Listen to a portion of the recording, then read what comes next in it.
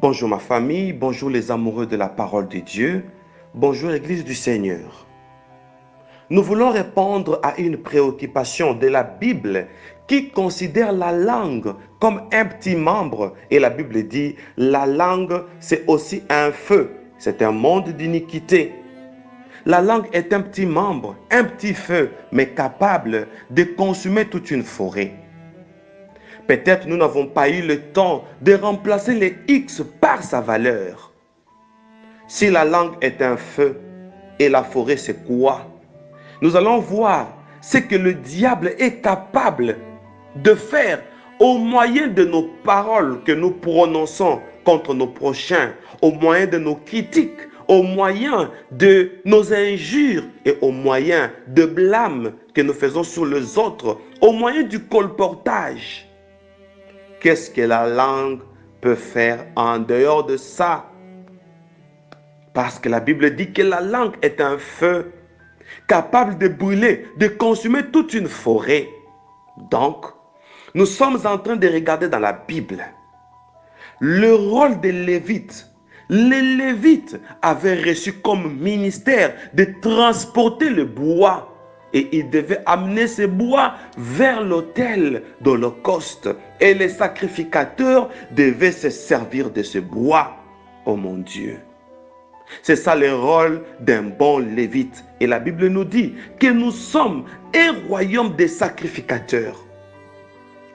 Voilà pourquoi la raison centrale qui fait que la sacrificature n'est plus opérationnelle. Parce que la Bible répond pour dire, faute du bois, le feu s'éteint. Alors, parce qu'il n'y a pas du bois, le feu s'éteint. Et ici, on parle du bois d'Holocauste. Et je me rappelle d'Élie, le prophète, devant les adeptes de Baal. Il a rebâti l'autel. Bien-aimés, nous devons rebâtir l'autel. Parce que c'est sur cet autel que Dieu répond. Notre Dieu répond par le feu. Alors il faut qu'il y ait le bois. J'ouvre une deuxième parenthèse pour faire voir combien Isaac était béni parce qu'il avait porté au dos le bois de l'Holocauste. Oh mon Dieu! Bien-aimés dans le Seigneur, nous, en tant que les sacrificateurs, sur notre autel, il y a du bois. Et quand on voit le bois, on voit la forêt. Et maintenant on dit, la langue est un petit feu, capable de consumer toute une forêt. Et là, on est en train de voir le bois. Et quand le bois est consumé par la langue, la sacrificature manquera le bois d'Holocauste. Voilà pourquoi aujourd'hui, l'église du Seigneur est devenue froide parce que l'autel n'a pas du bois.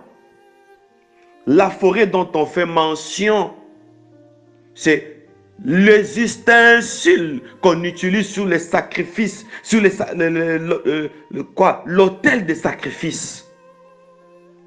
La langue, un petit membre.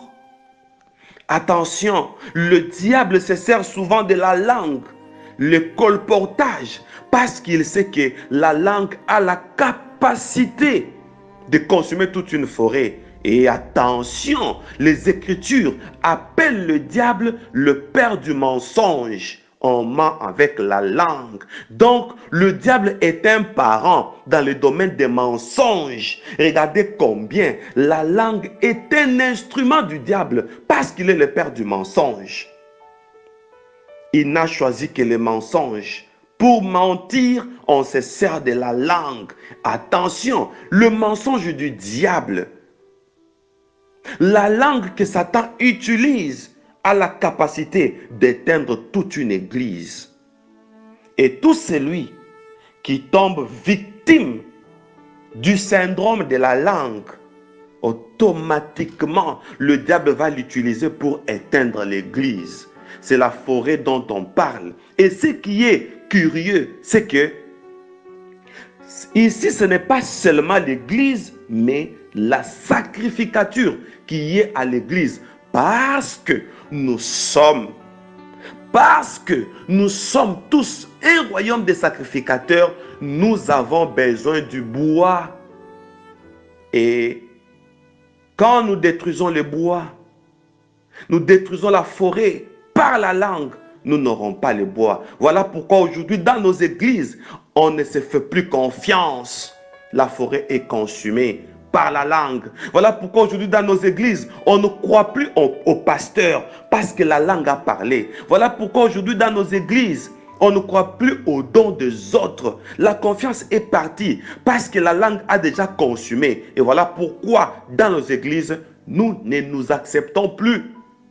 Oh mon Dieu, merci pour votre attention. Vous venez de suivre votre émission à l'écoute du berger. Soyez bénis.